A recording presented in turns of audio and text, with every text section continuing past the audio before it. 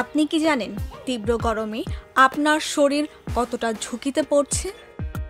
এর প্রভাবে অনেকেরই হিট স্ট্রোক বা পরিশ্রান্তি হতে পারে। তাপমাত্রা বেড়ে গেলে মানুষের শরীরেও সঙ্গে সঙ্গে প্রভাব পড়ে। দেখা যায় বেশ কিছু পরিবর্তন। বাংলাদেশে কিন্তু হিউমিডিটি অনেক বেশি, মানে আর্দ্রতাটা অনেক বেশি। ফলে দেখা যাচ্ছে যে আমাদের যে শরীরের ভিতরে যে তাপ উৎপন্ন হচ্ছে, এই তাপটা বাইরে যখন পরিপূর্ণভাবে বের হতে পারে, তখনই কিন্তু আমাদের শরীরের তাপমাত্রাটা মেনটেন হয়। যদি কোনো কারণে দেখা যায় যে বাইরের তাপমাত্রা আমাদের শরীরের ভিতরে যে তাপমাত্রা, এই দুইটার মধ্যে তারতম্য অনেক বেশি হয়, তখনই কিন্তু তাপ জাতীয় তাপজনিত যে অসুবিধাগুলো আমাদের শরীরে হয়ে থাকে। যদি দেখা যায় যে ঘাম এবং নিঃশ্বাসের মাধ্যমে এবং আমাদের যে লোমকূপ গুলো আছে এর মাধ্যমে যদি পর্যাপ্ত তাপ বাইরে আমরা ট্রান্সপোর্ট না করতে পারি, তখনই কিন্তু দেখা যায় যে আমাদের ভিতরে তাপমাত্রাটা বেড়ে যাচ্ছে। তখনই কিন্তু তাপজনিত বিভিন্ন যে অসুবিধা বা সমস্যা বা বিভিন্ন রোগ সেগুলো কিন্তু হয়।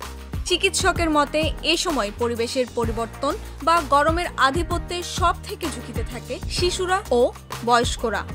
এই 0 থেকে 5 বছর বয়স পর্যন্ত ওদের এই তাপমাত্রার যে ব্যালেন্স করার যে সিস্টেমটা, এটা কিন্তু পরিপূর্ণভাবে গড়ে ওঠে না। ফলে দেখা যায় শিশুরা একটা বাড়তি ঝুঁকিতে থাকে।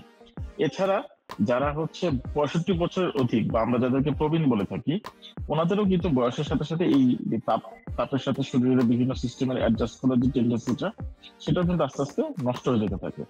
এছাড়াও যাদের বিভিন্ন দীর্ঘমেয়াদী রোগ আছে, যেমন হাই ব্লাড প্রেশার, উচ্চ রক্তচাপ, ডায়াবেটিস, কিডনির সমস্যা, লিভারের সমস্যা, এই ধরনের রোগে যারা ভুগছেন, তাদেরও কিন্তু এই তাপজনিত রোগগুলোতে আক্রান্ত হওয়ার সম্ভাবনা বেশি। দৈনন্দিন প্রয়োজনে মানুষকে ছুটতে হয় কাজের সন্ধানে। ফলে অনেকে গরমে পরিশ্রান্তি ও হিট স্ট্রোকের শিকার হয়ে থাকে। হাসপাতালেও বেড়ে যায় এসব রোগীর সংখ্যা। এবার জানা যাক এই পরিশ্রান্তি ও হিট স্ট্রোক কি। ডিহাইড্রেশন বা শরীরে যদি পানির অভাবটা পূরণ না হয়, তাহলে পরের স্টেপটাই হচ্ছে পরিশ্রান্তি।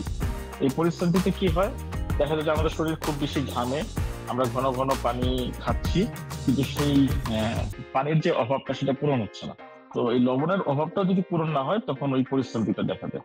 দেখা যায় সময় দুর্বল লাগে, খুব টায়ার্ড লাগে, কাজকর্মে মন বসে না, মাথা ব্যথা করতে পারে, মাংসপেশিতে অবসাদ লাগতে পারে। কিন্তু মাঝে মাঝে দেখা যায় যে আসলে আমাদের যারা শ্রমজীবী মানুষ, সারাদিন তপ্ত রোদের মধ্যে কাজ করে, তারা একটা দীর্ঘ সময় ধরে কিন্তু উচ্চ তাপমাত্রায় নিচে থাকে। তাদের ক্ষেত্রে কিন্তু এই উচ্চ তাপমাত্রা জনিত কারণে হিট স্ট্রোক বা অজ্ঞান হয়ে যাওয়া, তাদের বিভিন্ন যে শরীরের যে গুরুত্বপূর্ণ অঙ্গগুলা সেখানে ক্ষতি হওয়া থেকে শুরু করে, মানে স্ট্রোক হলে যে ধরনের হয়, যেমন পুরোপুরি অজ্ঞান হয়ে যাওয়া, আনকনসিয়াস হয়ে যাওয়া, এগুলো হতে পারে, যেটাকে আমরা হিট স্ট্রোক বলি। তীব্র গরমে যদি আপনি হিট স্ট্রোক বা পরিশ্রান্তির শিকার হন, তাহলে কি করবেন? আসলে যদি কখনো সন্দেহ করি যে উনি হিট স্ট্রোকে আক্রান্ত হয়েছেন, তাহলে তো সেক্ষেত্রে রোগী আসলে অজ্ঞান থাকবে। হ্যাঁ, তো সেক্ষেত্রে তাকে ইমিডিয়েটলি তাকে নিকটস্থ যে কোনো একটা হাসপাতালে অবশ্যই নিয়ে যেতে হবে।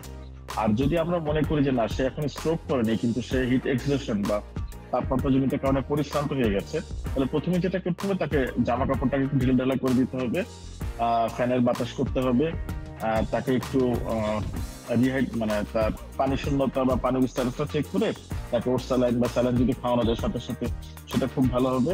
গত বছরও এরকম একজন পেয়েছিলাম, যে মাঠে কাজ করছিল, উনি হঠাৎ করে অজ্ঞান হয়ে যায়। হসপিটালে আনতে আনতেই কিন্তু পেশেন্টের আসলে মৃত্যু হয়। তো এক্ষেত্রে কনফার্ম হয়ে বলা আসলে সম্ভব না যে শুধু হিটের কারণে হয়েছিল কিনা, বাট তার ক্ষেত্রে অন্য তেমন কোনো রিস্ক ফ্যাক্টর ছিল না। তো সেক্ষেত্রে আমরা বলতে পারি যে হয়তো অতিরিক্ত তাপের কারণেই তার এই মৃত্যুটা হয়েছিল।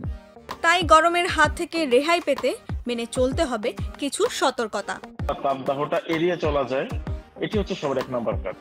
তো যদি এরকম কাজে যেতেই হয়, তাহলে যেন পর্যাপ্ত পরিমাণে পানি পান করে, এবং শুধু পানি পান করলেই হবে না, লবণযুক্ত পানি বা আমরা যেটাকে স্যালাইন বলি, ওর স্যালাইন। এছাড়া বিভিন্ন ফলমূল খাওয়া যেতে পারে, যেমন তাজা ফলের রস, তরমুজ যেমন এখন বাজারে খুব অ্যাভেলেবল, এটা খাওয়া যেতে পারে, ডাবের পানি খাওয়া যেতে পারে।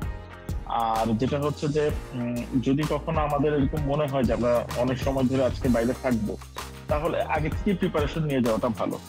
আর যেটা হচ্ছে একটু ঢিলা ঢালা পোশাক আশাক পরা,